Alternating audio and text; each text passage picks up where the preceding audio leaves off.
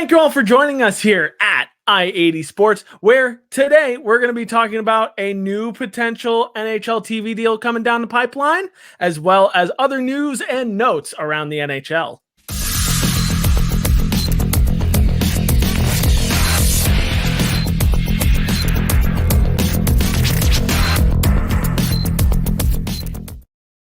Thank you all for joining us here again at I-80 Sports.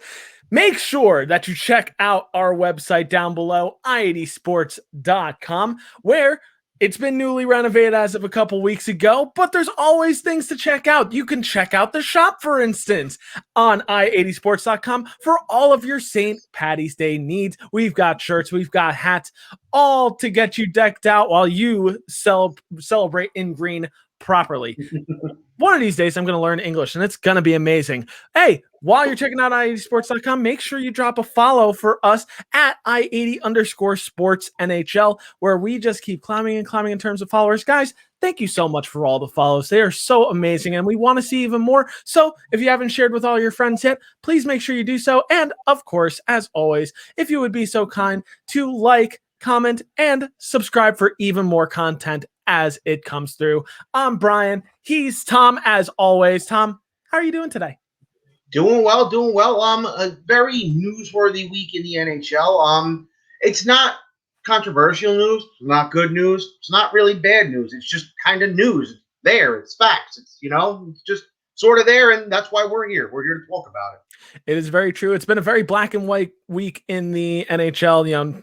Just news right down the line. So let's get into that news before we start talking about that NHL TV deal. Make sure you tune in a little bit further in the video for the NHL TV deal. But right now, we are going to talk about some general NHL news. And we had a couple little things happen this week, some good and some unfortunately very bad. So first, to start off with, the Calgary Flames have decided to part ways with their former head coach, now Jeff Ward, and have decided to hire Daryl Sutter as their coach, which interesting call on this one here for me. Now, Daryl Sutter's last head coaching job was with the LA Kings in 2016-2017. He was relieved of his duties back then. So this is his first coaching job since 2017. Tom, I'm just going to get it started right quick with this. Do you feel like this is the proper fit right now for the Calgary Flames? I feel like this might be a predictable fit. What we have to remember here is that this team is 2 years off from finishing number one in the Western Conference, if I'm not mistaken. Sometimes it's just predictable with this, where you have a player's coach and it's not working. You need to hire like a veteran, a disciplinarian. That's exactly what Daryl Sutter is. He won the 2 cups in LA. He obviously wasn't the most popular guy. A lot of the players after he left weren't begging for him to stay. But with a team like Calgary, with the talent that they have and them underperforming so much, sometimes, they need a kick in the butt. Is Sutter the right guy for it? Maybe, maybe not. We'll see. I don't know. But right now, it's sort of just the this is sort of like the just like the quick solution right now. You replace a player's coach with a disciplinarian. You hope the results will come there. You hope they'll get back into it.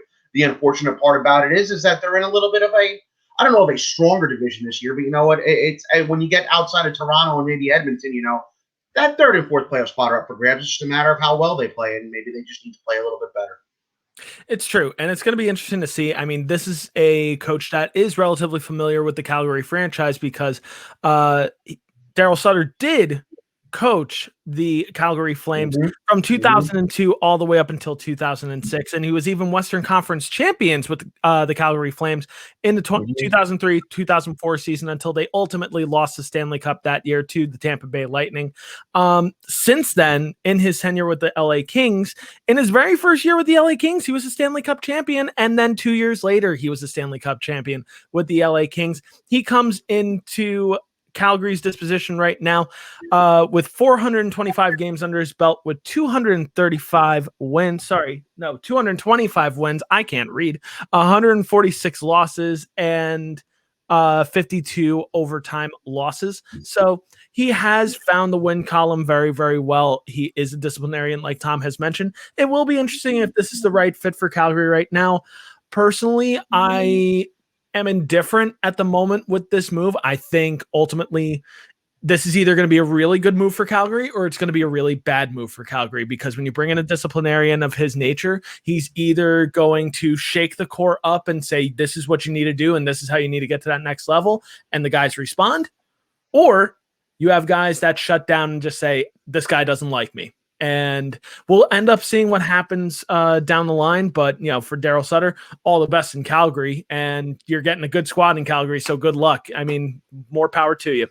Moving on right along in the news now. Last week in our question of the week, which is coming later on in the video for those wondering, in our question of the week, we had a question that was addressed of, are suspensions, unbalanced? Do we need to do more with repeat offenders? And we had a repeat offender get an in-person hearing this week and ultimately a suspension, as the Washington Capitals forward Tom Wilson back at it again. He was suspended 7 games for a really, really bad hit on Boston Bruins forward Brandon Carlo. And, this is a repeat offense, whereas I think with other players, this would have been a suspension that might have been only maybe 2 or 3 games. With Tom Wilson, it's a 7-game suspension. Now, you have teammates that are vouching for him and saying, this suspension is ridiculous. It only takes away from our team. He shouldn't be suspended like this. It should have been a fine. But, Tom, what do you think? Do you think this is an appropriate suspension? Do you think it should have been more? Do you think it should have been less? I think it's appropriate suspension. I don't know if 7 games is right, though, for what looks like a debatable clean hit. I can understand he injured him. Had he skated away from it, it might have not been a suspension at all. I don't know. I think 7 games might be a little too much, when considering you have Brad Marchand in the same game running around trying to hurt Zdeno Chara and then clubbing somebody in the back of the head the other day and not getting anything for it. I would have gave him less. If it were up to me, I would have maybe gave him a little bit less. Same time, he's a repeat offender. You give him less, he starts thinking in his head, well, if I do the extreme, I'm only going to get 3 games for it, so to hell with it. So it might be a wake-up call to him to tone it down, too. The league had similar problems with Matt Cook about 10 years ago, who was running around doing the same things.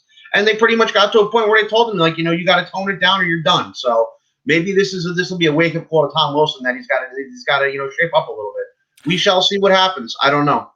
I tend to agree also. I mean, this should be a wake-up call to Tom Wilson, and it's unfortunate, too. We're talking Tom Wilson is beyond just a goon in the NHL. He is a player with some ability. He's a power forward with some playmaking ability. He's a former first-round pick. And, it's a 7-game suspension for this, I think, is warranted when you injure a player and with almost the intent to injure at that point, because you can argue all day with Brad Marchand running around trying to, potato Zdeno Chara the entire game. But the problem is a player is going to retaliate at some point. And, if the refs don't necessarily handle a player like Brad Marchand, a guy like Tom Wilson is going to respond by trying to injure another player. And in this case, he did injure Brandon Carlo. And that's not right in my mind. So I think the 7 games is warranted. I don't think it should have been any more. If you want to argue it should have been less, sure, make it 5 or 6 games. But I think this is appropriate, and I think it should be a wake-up call to Tom Wilson ultimately as well. Moving right along in the news, we had a retiree this week, and it's not the most surprising, as former defenseman of the Chicago Blackhawks, Brent Seabrook, has decided to hang up his hockey skates and call it a career. He has been on the long-term injury reserve with the Chicago Blackhawks since the start of the season and was even on the LTIR as early as last season. He's been dealing with nagging injuries his entire career. Tom, do you wish it ended better for Brent Seabrook? I do wish it ended better. I really do. It's sad that when you have to retire on a long-term injury, you always hope to retire as a champion, or you always hope to retire as, going out in your last game and giving the fans a curtain call. It's very sad when a player of any caliber has to retire because of injuries and, hasn't played in a while. It happens to more players than you'd like to admit. It happened with one of the best ever, Joe Sakic, had to retire because of long-term injury.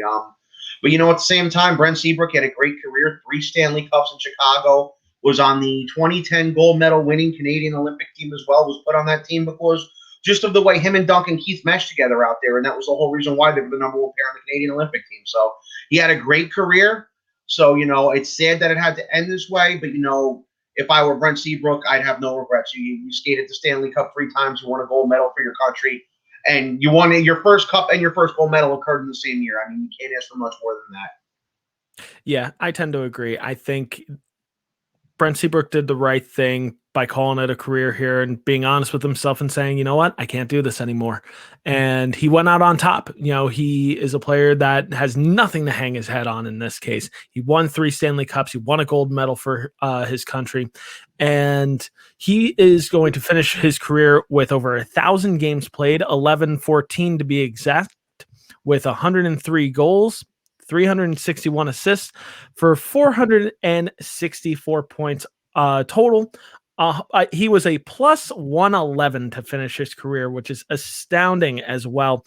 He will also finish his career with over 1,700 blocked shots, 1,785 to be exact, and over 1,900 hits as well. So, Brent Seabrook, you have certainly earned your retirement, sir, and we hope that you enjoy your retirement at the young age of 35, and you've certainly earned it. 3 Stanley Cups. Have a day. Maybe future Hall of Famer. We will see, though. It's tough to say in that regard. Moving right along to some more unfortunate news, which is going to be back-to-back unfortunate news right now, as we learned over the weekend that Walter Gretzky, the father of Wayne Gretzky, has passed away at the age of 82 after a long battle with Parkinson's. And Wayne Gretzky gave a beautiful eulogy over the weekend for his father. If you didn't get the chance to listen, definitely go out of your way to have a listen to Wayne Gretzky's eulogy for his father. It was absolutely beautiful and touching how he spoke so well of his father. Tom, what are your thoughts on the passing of Walter Gretzky? Thoughts are, it's very, very sad. It really is. He was the father of the greatest player of all time, but he was like the prototypical hockey dad. He coached Wayne growing up, told him, gave him the best advice ever. Don't go where the puck's going, go where it's going to be. Built him in the backyard, rink it. He had all that. He was still living in that house in Brantford where Wayne grew up, if I'm not mistaken. He had the basement with all the memorabilia. He would allow just about anybody in there to see it anytime they wanted. All you had to do was just place on the call, and he'd do that. He was a fixture at Ottawa Senators games as of late, too. Obviously, now with COVID, he couldn't do it. But in the most recent years, he would always be seen at the Coral Center for the Ottawa Senators games. So, he really lived his life. After losing his wife 15 years ago, he still lived a full life, After having a scare where he was injured about 30 years ago and, had a bout of amnesia, came back from it and lived another 30 years. And, hats off to him. And, he had so many incidences where he could have just said, "The hell with it, I'm done." But he was still a celebrity, was still in the hockey community, and still seemed to help anybody out whenever they needed it. Very, very sad for Walter Gretzky. Very sad for Wayne Gretzky, who is maybe I had the opportunity to meet Wayne Gretzky about 5 years ago, and he was the nicest person, nicest celebrity I've ever met. He couldn't have been any nicer. So my thoughts are with Wayne. My thoughts are with the whole family. But you know what? It's nothing to hang your head about. He was a great, great guy, and he did a lot of great things. So, our thoughts out to the Gretzky family. Hope you guys get better soon. And like I said, nothing to hang your head about. Walter Gretzky he was a great, great guy. It's tough to find the words on such a wonderful human being like Walter Gretzky to, be such a great father figure to Wayne growing up and, saying, this is what you want to do with your life. This is what you want to do. You want to play hockey? I'm going to do everything in my power to make sure it happens and to make sure that you do it at the best level that you can. And, always supporting him throughout his career, throughout all of his endeavors. And I agree, Wayne Gretzky is one of the nicer celebrities that you can ever meet in real life. And and he gets that all from his father and his mother. And that being said, rest in peace, Walter Gretzky. We hope that your suffering is over at this point. And our condolences are with the Gretzky family at this time. We send our thoughts and prayers to them during this difficult time. And unfortunately, the difficult times will keep rolling in this case because we also learned over the weekend that former U.S. Olympian, New York Rangers veteran, and 1980 Olympic hockey winner Mark Pavelich has passed away at the age of 63. And this was a very shocking loss. This is not one that I don't think anybody was prepared for. Tom, what are your thoughts on Mark Pavelich as a hockey player, as a person in general? Well, one thing that people do forget is because of the Miracle on Ice, everybody thinks about Jim Craig because obviously Jim Craig was the goalie. Everyone thinks about Mike Ruzioni because he was the captain and scored the winning goal. But, outside of those two guys, before you walked into that game against the Soviets, the thing is that if you had to decide who the best player on that team was, it probably wasn't Ruzioni. It probably wasn't Craig. It was debatable. Probably the top three guys on that team were Mark Pavelich, Mark Johnson, and Neil Broughton. And Pavelich was a guy who thrived under Herb Brooks. He wasn't exactly a coachable player. Brooks used to even say, and I'm just going to throw out another book recommendation here. There was a book called The Boys of Winter, published maybe 15 years ago. It profiles the entire U.S. hockey team, everyone on the roster. Great read if you ever want to looking for something to read. And it profiled Pavelich. He was not like your typical hockey player. He enjoyed fishing and hunting and being out in the woods. There was one time when Brooks was taking the team out on the road. They were playing an exhibition tour, and he requested everybody show up with a jacket, assuming it was a suit jacket. Pavelich showed up with a hunting jacket. There was a time when his college coach told him, "You need to pack. I want a full suitcase packed for the tournament." So he showed up with a pair of underwear, not for the tournament, for a game rather, and he showed up with a pair of underwear and a toothbrush in his suitcase. So there's just a lot of funny things with Pavelich that he did. But, on the ice, he was a great player, He was like, at the time, he was sort of the new age of hockey player coming into the 1980s who, thrived off that European system, that weaving system, that system of wide open ice. Was a 40-goal scorer for the Rangers in the 80s when Herb Brooks was coach. Thrived under Herb Brooks and the Rangers, thrived under him at the U.S. For Team USA in the Olympics. I'm eating my words right now. Thrived at Minnesota Duluth when he was there. I mean, he drove his coach there nuts. His coach found him in the diner 45 minutes before a game one time eating. Comes in and says, "Why are you eating?" "I'm hungry." So that was Pavlich's answer. He was a guy who was very, he was very into himself. But when you got him on the ice, he was a great hockey player.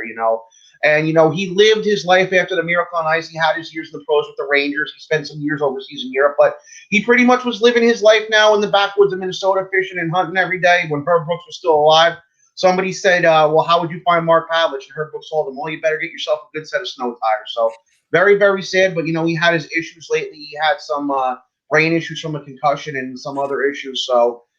Another one, it was sad to see him go. He was living in a mental health rehabilitation facility, so it's sad to see him go. But at the same time, it's good to see that he's no longer suffering as well. But our thoughts out to the Pavelich family, our thoughts out to the remaining members of the 1980 U.S. Olympic team, and our thoughts out to the hockey community in Minnesota for all those who he may have been an influence to.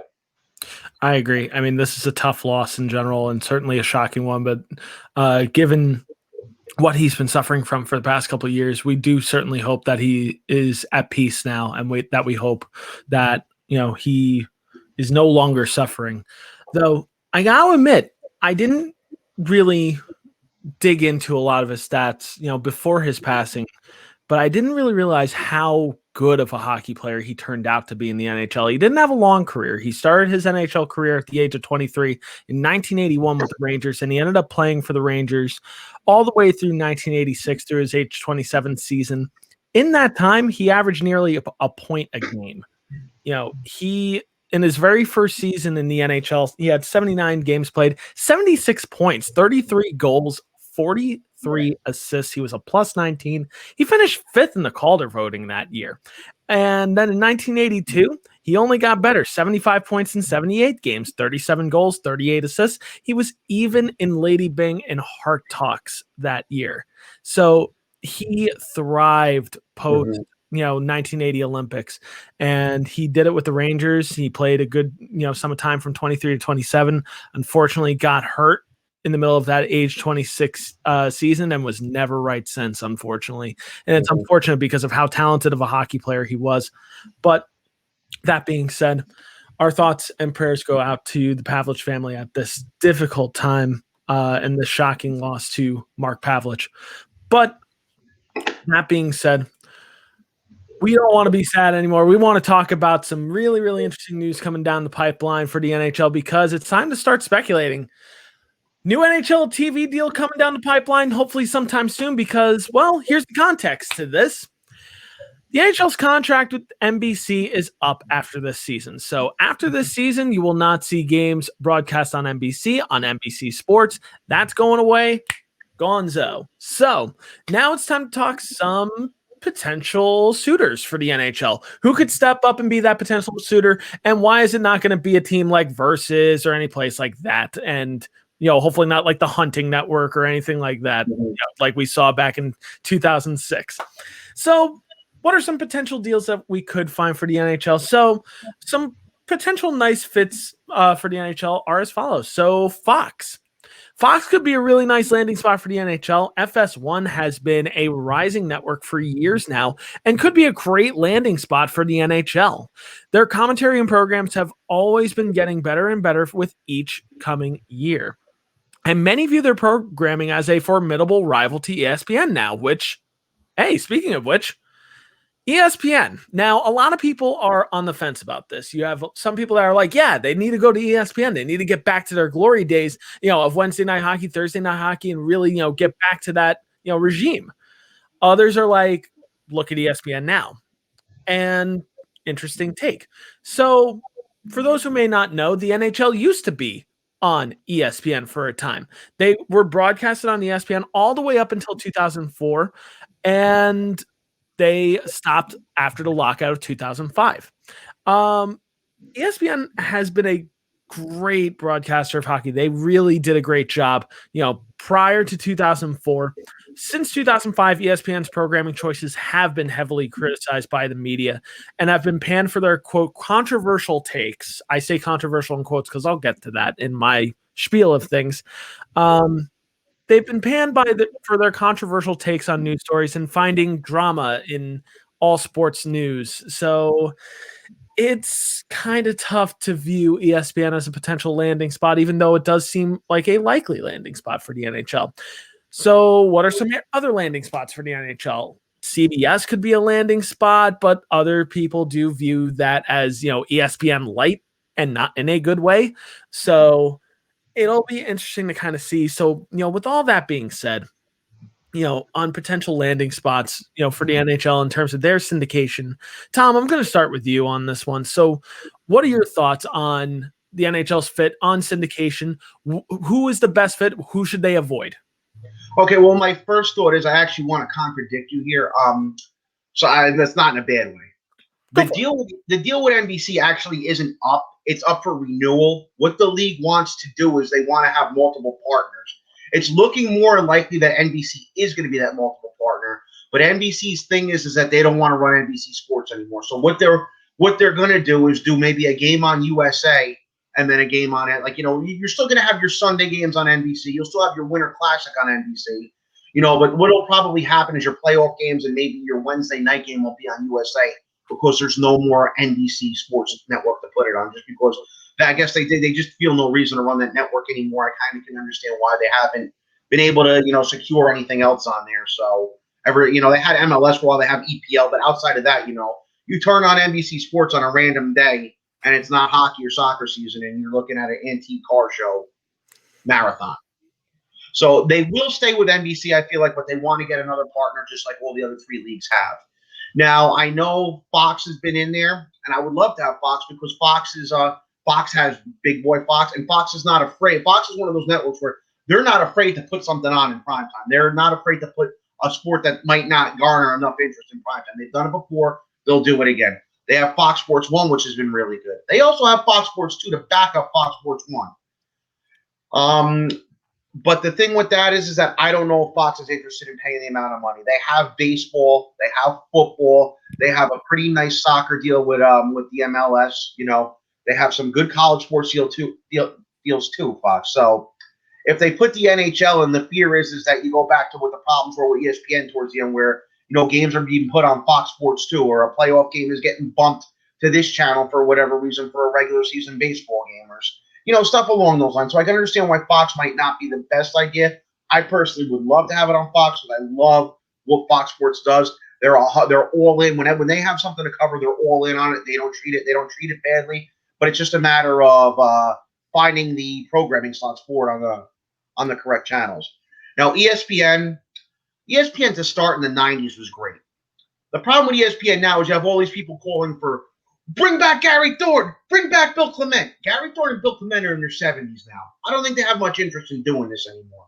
Sorry, guys. They're not coming back. If ESPN does it, you'll probably have Steve Levy as your play-by-play guy, and I don't know, figure somebody else as your color guy.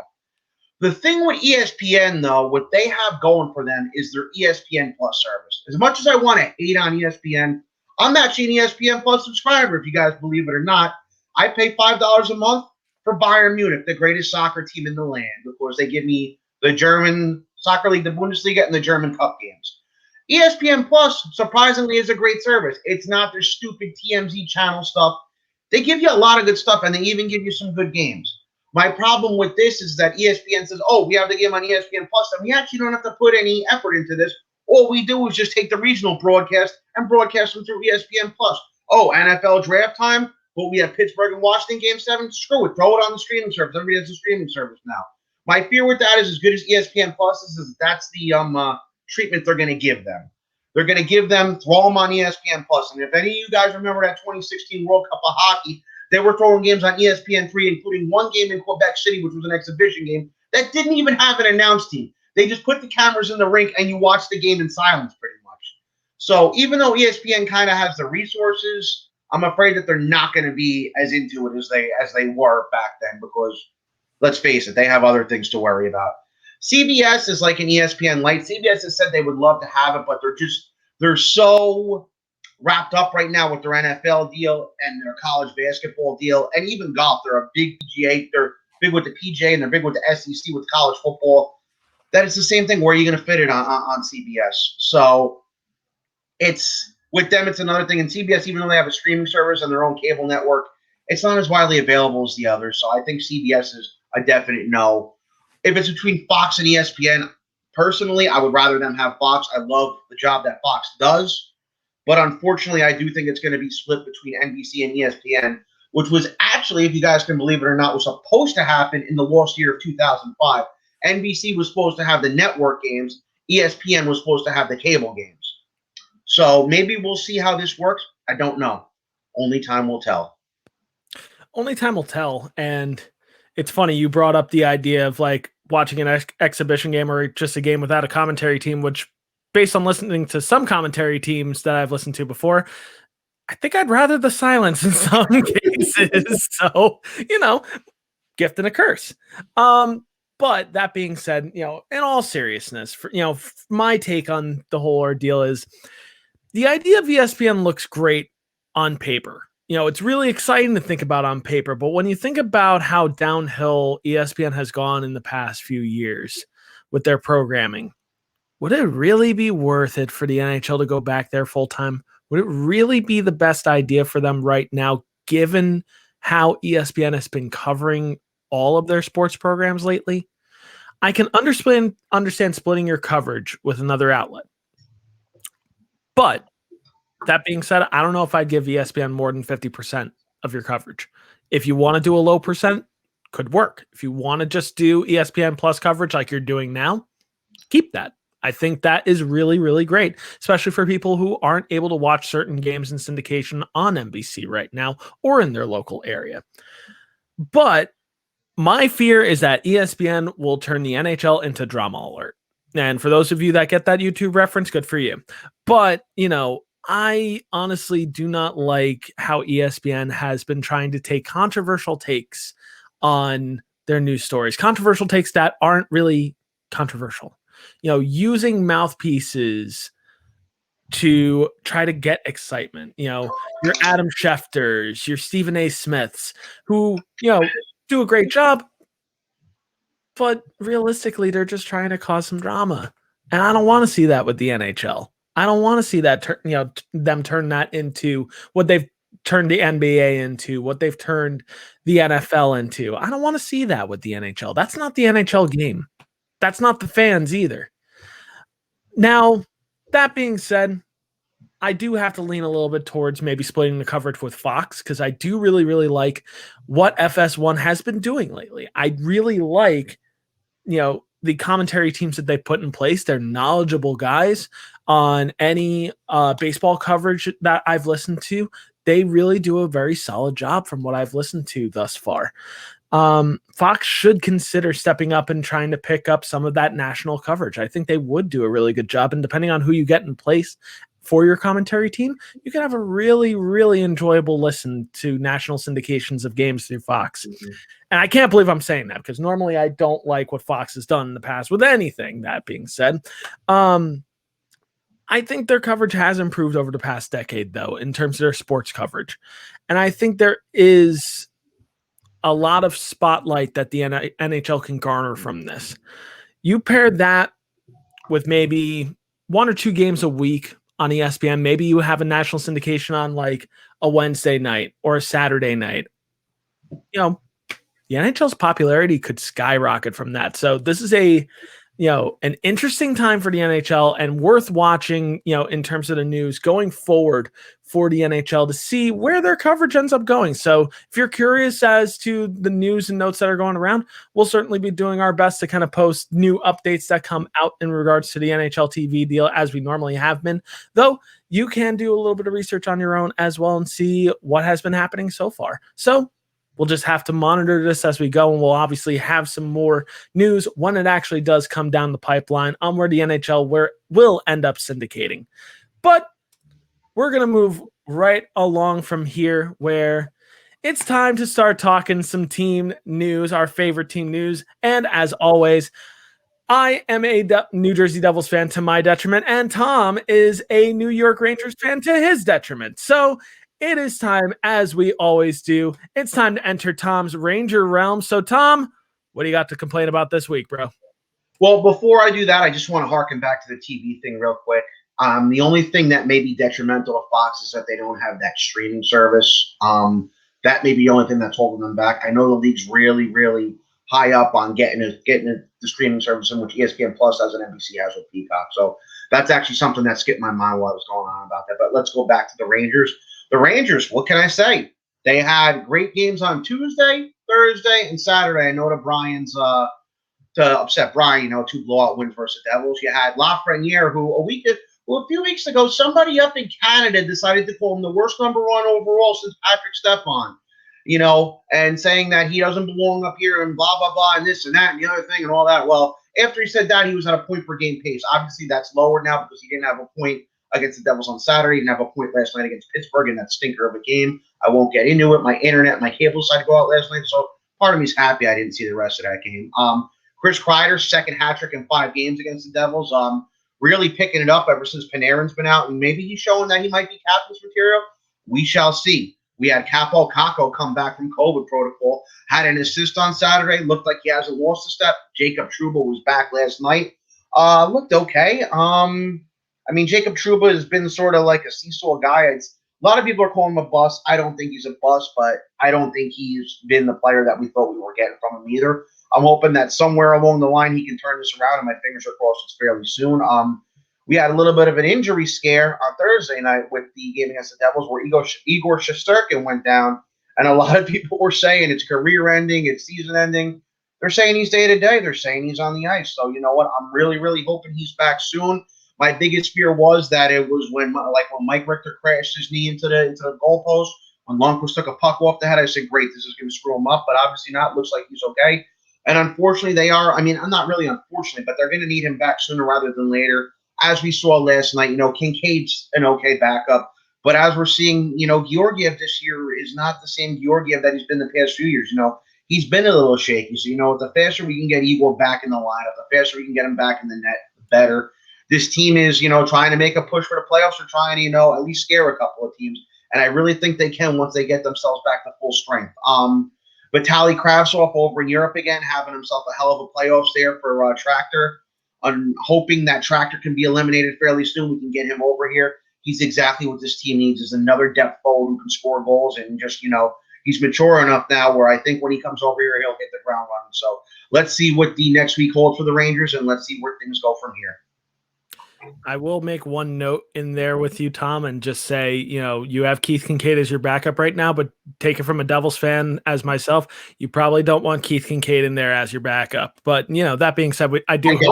I don't. I want Igor back, and hopefully he'll be back soon. Yeah, exactly. So, hopefully Igor is back soon. I did watch that injury. It looked brutal to me at first. I thought that I instantly had thoughts in my mind of like, oh God, he's going to be out for the remainder of this year and he's going to need surgery. So it dodged a bullet there. Really, really dodged a bullet. So hopefully he comes back soon. Hopefully he comes back at full strength and there's no issues that remain from there.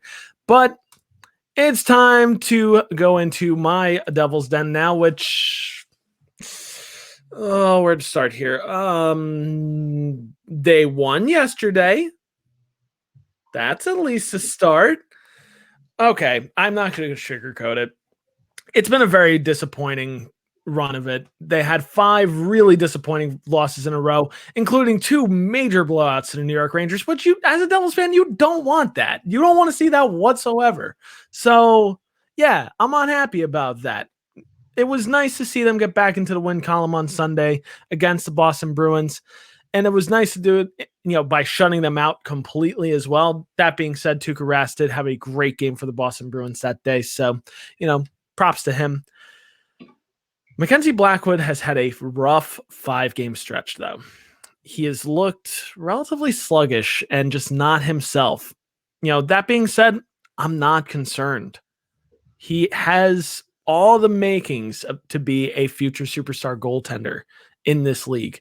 And now you actually have commentators that are taking that and running with it. You had national broadcast yesterday on the NBC talking about Mackenzie Blackwood as he was on the bench, talking about his potential as a goaltender in this league. So he is starting to garner that attention now, Devils fans, which is great. Though it is a concern to see his performance from the past couple of games. I don't know if it's lingering from post-COVID symptoms. I don't know that he's still shaking the rust. I think part of it could also be what is currently in front of him, which let's get into that. I'm concerned very, very much with, how the offense and how the defense has looked in front of him. I'll get to that a little bit later as well. We're going to stick with the goalie situation right now, though. I was concerned with how Aaron Dell looked in his first couple games with the Devils. He hasn't found the win column yet for the Devils as a backup. And he is a person that should be taking, those, every 3 to 4 games from Blackwood.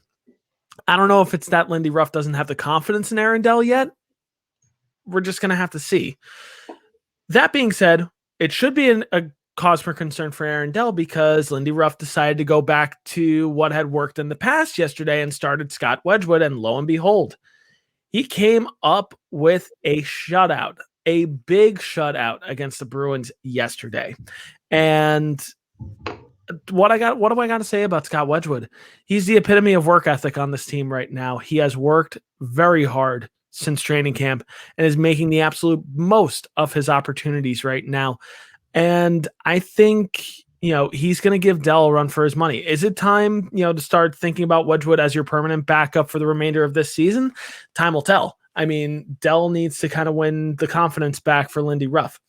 It's been a lackluster offense, right now, and lackluster is just putting it nicely right now. The only players we're talking about on the positive notes right now are Pavel Zacha, Miles Wood, and PK Subban. That's it. And, Zacha is still breaking out. He still looks great. Miles Wood has been performing very well, tallying a goal and a couple assists this week. PK Subban also getting on the board with a goal or 2 this week as well, which was huge as well. But other than that, that's it. Everyone else needs to step their games up, and big time. Defense really needs to step it up as well. They did yesterday with the return of Ryan Murray. There are just times where this defense looks lost. Will Butcher has looked lost on defense on occasion. Sammy Vatanen has looked lost on defense on occasion. And Dmitry Kulikov has looked lost on defense on occasion. And, I think the biggest concern for me for defense is they're not doing enough to push bodies from out in front of the net when you have other bodies that are trying to screen the goalie. The defense needs to do more to push these bodies out, especially on the penalty kill. They started to incorporate that a lot more yesterday, but it needs to be consistent. It needs to happen every single time. So I want to see that going forward from the Devils, hopefully with some of the motivation and tinkering from Lindy Ruff over the course of this past week. The Devils will remain in the win column this week, but we'll just have to watch and find out as the week goes on. It's a new week for the New Jersey Devils, clean slate. Hopefully they can get back on the board in the win column and stay positive from yesterday. But that's going to do it with our talks on our individual teams. Let's talk about some general NHL weekly thoughts, which, Tom, I believe you have something interesting to talk about in terms of speculation kind of going on in terms of NHL weekly thoughts. What do you got? Yeah, well, I actually just had this. This was just sent to me maybe an hour or so ago. I was out running around. I popped up on my phone. The NHL is considering changing the draft lottery procedure. There'd be 3 highlights of the new rules. The first new rule, no teams are allowed more than 2 wins in a 5-year period. A rule I definitely agree with. Edmonton had all those years where they were winning the lottery, and then they wound up with Connor McDavid because they just kept winning the lottery. I didn't think that was right at the time. I thought Edmonton, you have so many first overalls and you can't figure out how to do it. And now you get Connor McDavid. Still don't think that's right, but it is what it is. We'll see what happens we'll see what comes from this. Teams are only allowed to jump 10 spots as well. So that I'm a little dicey on. If you miss the playoffs, even though you work hard against playoffs, you miss it and you get to the lottery, that means the highest, if you're like the 16th team, the highest you can pick is 6th. I don't like that rule. I don't like. I think you should still be able to get number 1 overall if you finish out, but it should be the weighted procedure like they do right now. That's a little dicey to me. That part I don't like. That part I really don't like. But you have teams that finish terrible, like the Red Wings of this past year, like the Sabres and the Connor McDavid draft, and when they don't get things their way, they scream and cry about it. Let's see, and there was one other one here, and I literally had it typed down, and now I don't know where it went. Oh, that's what it is. The lottery now, instead of top three spots, it's only going to be limited to top 2 spots. So basically, that means if the worst team in the league doesn't win the draft lottery, they can only fall down to number 3. I don't like that too much either, because that sort of promotes tanking a little bit, like the Red Wings had done this past year and didn't get locked from here. So Steve Yzerman had to throw a fit about that. Yeah, that part I don't like either. But you know what? It does need to be changed up a little bit. With Edmonton winning all those lotteries in a row, it something had to give. Something had to give. It's just coincidental that when the Rangers finish, get the number 2 pick and the number 1 pick 2 years back to back, all of a sudden there's an uprising. If it was a team like Arizona or a team like Florida or a team like, I don't know, Calgary, I don't think anybody would be going crazy. But it is what it is. Right now it's all speculation. We don't know what's going to happen. Yeah, it's all speculation right now, but interesting rules that are proposed for this. I think it would be interesting, to ensure that you have a better variety of teams that are getting that number 1 overall pick, and especially, ensuring that teams that really could use that number 1 overall pick get that number 1 overall pick. That's not just being given to a team over and over and over again, and then they blow their chance again and again and again and again and again, just like the Edmonton Oilers. Sorry, Edmonton Oilers fans, all 2 of you, but still. Anyway, my highlight for the week, well, this was just more so interesting than anything else. This was just kind of a wild news story. So the San Jose Sharks were kicked out of a Vegas hotel, not because they were rowdy, not because they did anything wrong. No, they were abruptly kicked out because the hotel went out of business literally while they were staying there. They literally had breakfast that morning before their game, and the staff came up to them and said, "You got to pack your stuff and go. We're actually closing." And they were just like, "Well, when were you going to tell us?" Just like, "We're out of business." So, okay. That's kind of rough. I think this is a rough time for businesses in general, but that's a bad look. That is a rough look, but funny story above all else in general. Just thought I would highlight that for this week. But we've come towards the end of our broadcast here. It is time, of course, for our listener question of the week, where, as I explain, as always, I usually go on Facebook and Twitter and ask around the Facebook and Twitter sphere what is maybe their biggest question for this upcoming week, or maybe just the NHL in general, whether it pertains to a player, a team, or maybe just something going on in the NHL right now. And if you're lucky, your question can be highlighted in a future I-80 Sports NHL video, which we are going to be highlighting a question brought to you by Mike from Facebook saying, quote, and asking, quote, rather, do you think the Rangers pull the trigger on a deal for Jack Eichel? If they do, who do they give up? Now, I know Tom's got some thoughts on this one. I'll go first because I know he's going to rebut what I'm going to say, because I know I'm going to be speaking from the outside fan perspective on this one. And I think I don't know, maybe I'm going to be thinking more realistic on this one. We'll see. But I'll put it like this. And this is only coming from, speculative fans that have always been like, coming up with dream scenarios where they pick up players of the caliber of Jack Eichel, because a lot of people think like, oh, we can give him this player, this player, this player, and this player, and we'll surely get Jack Eichel. But the problem is no team wants your team's spare parts. Like, no team cares about your spare parts whatsoever. They don't care about them. They're your spare parts, and you got to deal with them. You got to integrate them into your lineup somehow. Your spare parts will not land you a Jack Eichel. Ultimately, the Rangers will win the deal if they get him, because they're getting Jack freaking Eichel. They are going to win this deal no matter what. Yes, you do have to give a little to get a little. And that's something that a lot of fans don't necessarily get. You have to give a little to get a little. So you might be uncomfortable with what you are giving up. So let's talk about that. What would they have to give up realistically for this? Well, let's start off first. Draft picks. And we're not talking like, oh, let's give him a 3rd round pick here. Oh, let's give him a 2nd round pick here. Nah, that's not going to do it. Not going to do it whatsoever. You're looking at, right off the top, multiple 1st round picks. We're talking this year. We're talking next year. Minimum. That might not be it. It all depends on the players that you throw the Buffalo Sabres. It all depends on what you include in that package. It may be more. You may just do without just those 2 picks. Who knows? Right off the top, though, 2 1st-round picks, because those are highly desired Rangers picks. Whether they make the playoffs this year or not, those are rebuilding chips. So beyond that, next, they need to sacrifice a current starting player or 2. You need to send back somebody who can play in place and can at least, give Buffalo a player that they can start on the ice tomorrow. So this is where the deal gets dicey for Rangers fans, and, they might not like what they have to give up.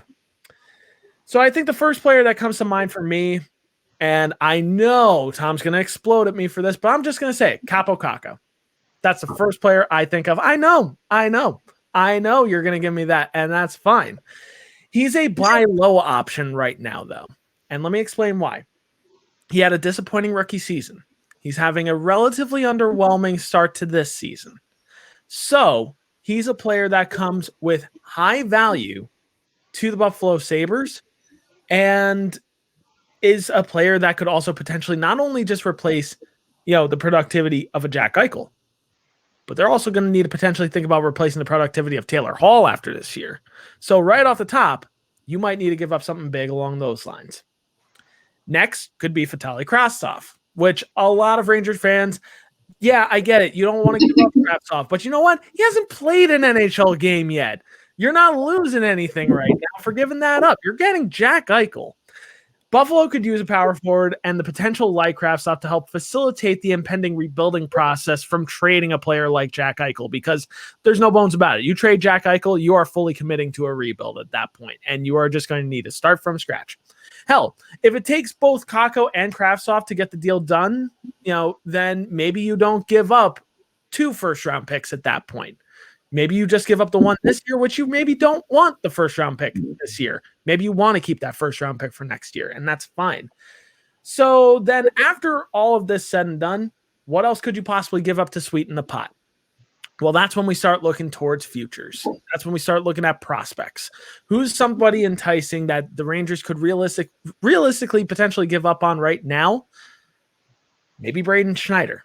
And I know that that's not necessarily the most popular of names that's being thrown out, but he could fit the bill. He's still a few years off. But if Buffalo's going to be rebuilding, how enticing could it be to have the potential, defensive core led by Rasmus Dahlin and Braden Schneider? That would be great for Buffalo to start off. So why would the Rangers give up a haul like that? Because, and say it with me, it's Jack freaking Eichel. I feel like that should be his name from now on, Jack freaking Eichel, because honestly, he is a player of that high caliber. Now, why would they also give up a haul like this? Let's address the biggest elephant in the room for Rangers fans. You have center depth problem right now. You have a big problem at center at the moment. You need a superstar center in a big way. Now, that being said, yes, I agree. Mika Zibanejad is a star. He absolutely is. But Rangers fans also know how much of a concern it is that Mika hasn't been performing the way he normally has since the beginning of the season. They can see it. But the problem is when you have a guy like him that's not performing at the level that he should, it puts that center depth under an even bigger microscope.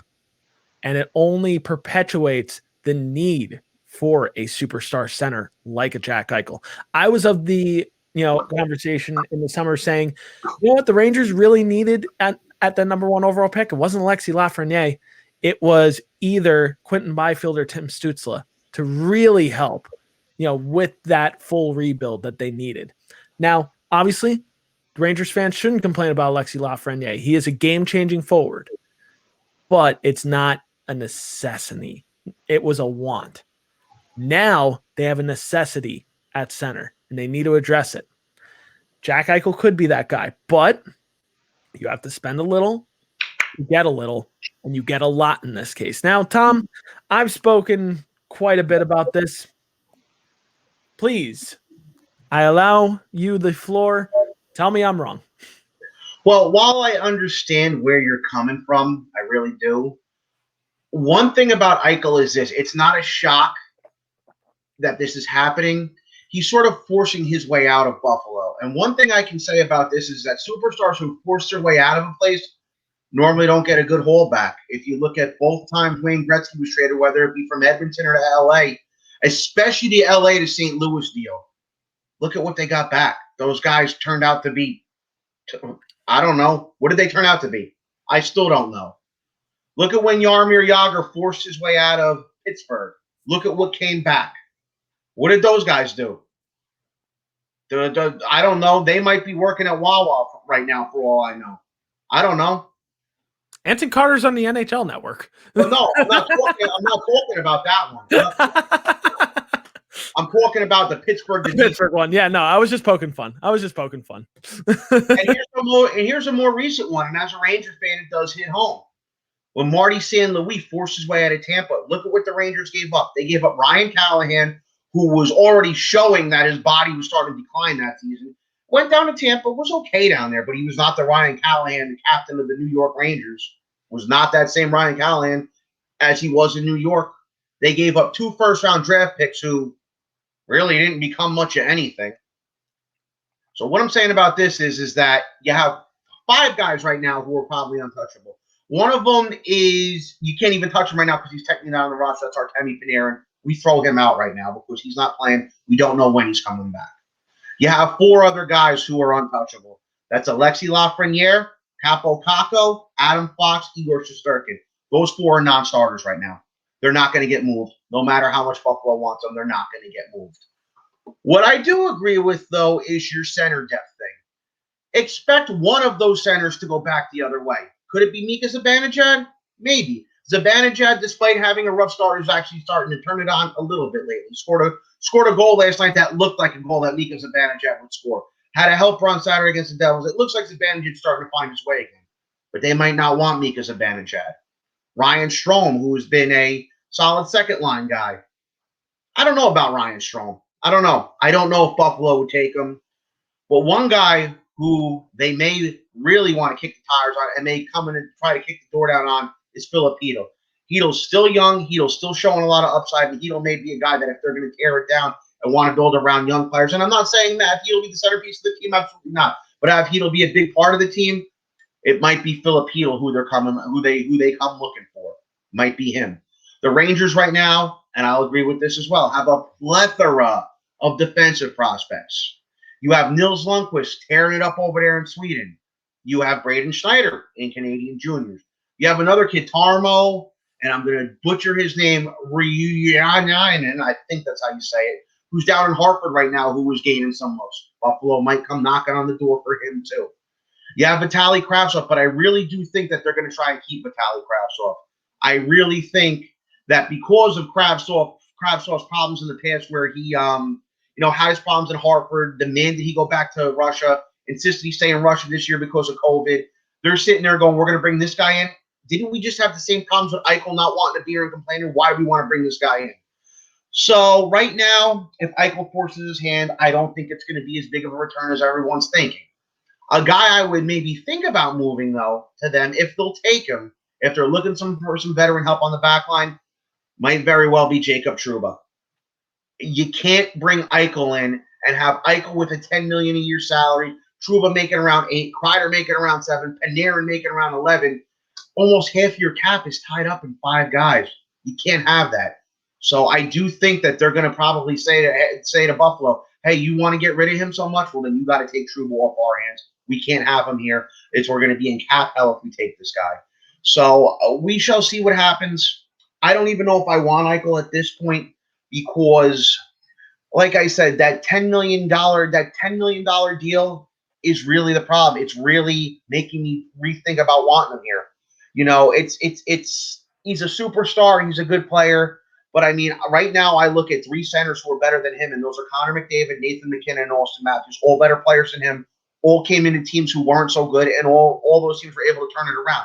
Whether it be through their play, which is a big one, whether it be through the teams trying to get better, which 50-50 right now. Buffalo finally started doing it this year, but it's not going right. Unfortunately, Buffalo has a terrible luck of playing in the East Division.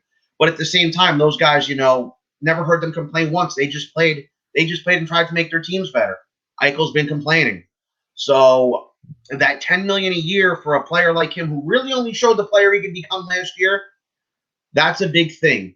And if they don't take Trouba back, then the Rangers may have to say, listen, you want to offload him so badly, then you need to eat some of his salary because we can't take this whole contract right now. And this is the 3rd time that Eichel's name has been mentioned to the Rangers.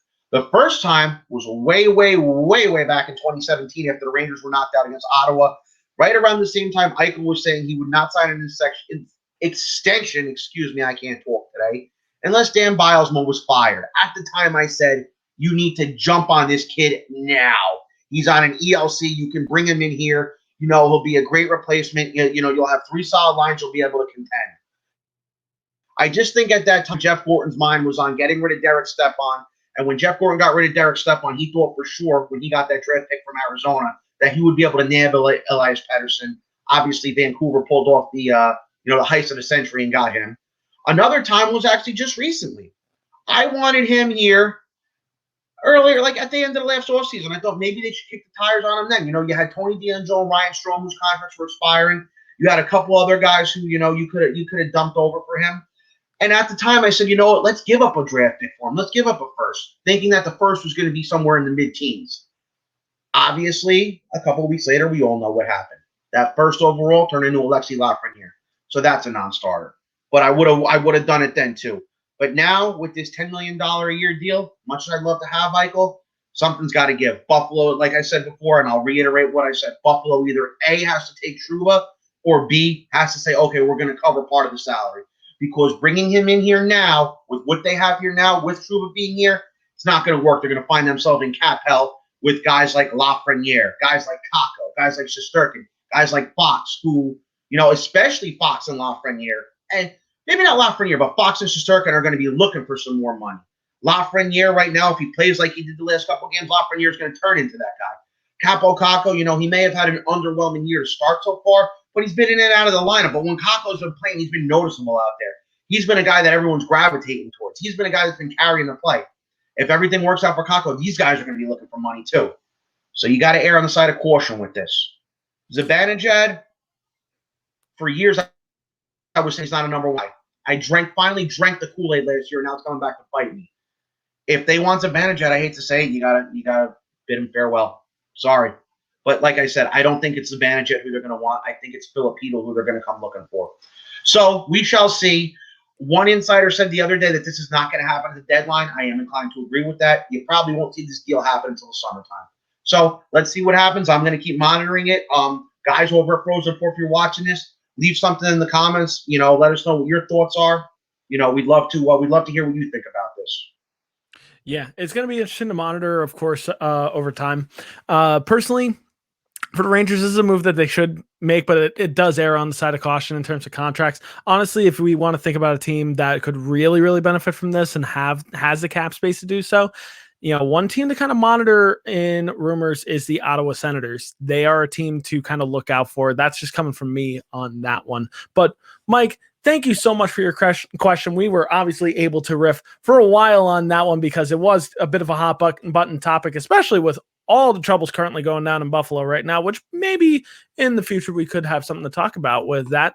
That's just a preview for maybe in the future, maybe in the foreseeable future. But we've come to the end of another great episode of I-80 Sports NHL. But as always, what do you guys think? Do you agree? Do you disagree with anything that we had to say? Make sure to drop a comment down below. And while you're dropping a comment, make sure you drop a like and a subscribe for us as well. Any little bit helps us.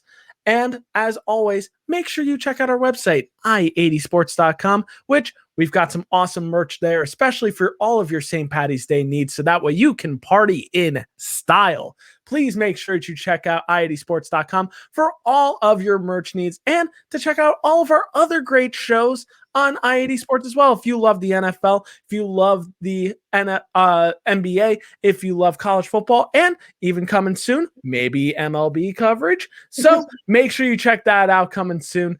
And as always, make sure you drop a follow if you have not done so already at I80_sports NHL. Thank you for all of our followers who have joined us so far, and we'd love to see even more of you. But I'm Brian. He's Tom. As always, this has been I-80 Sports NHL.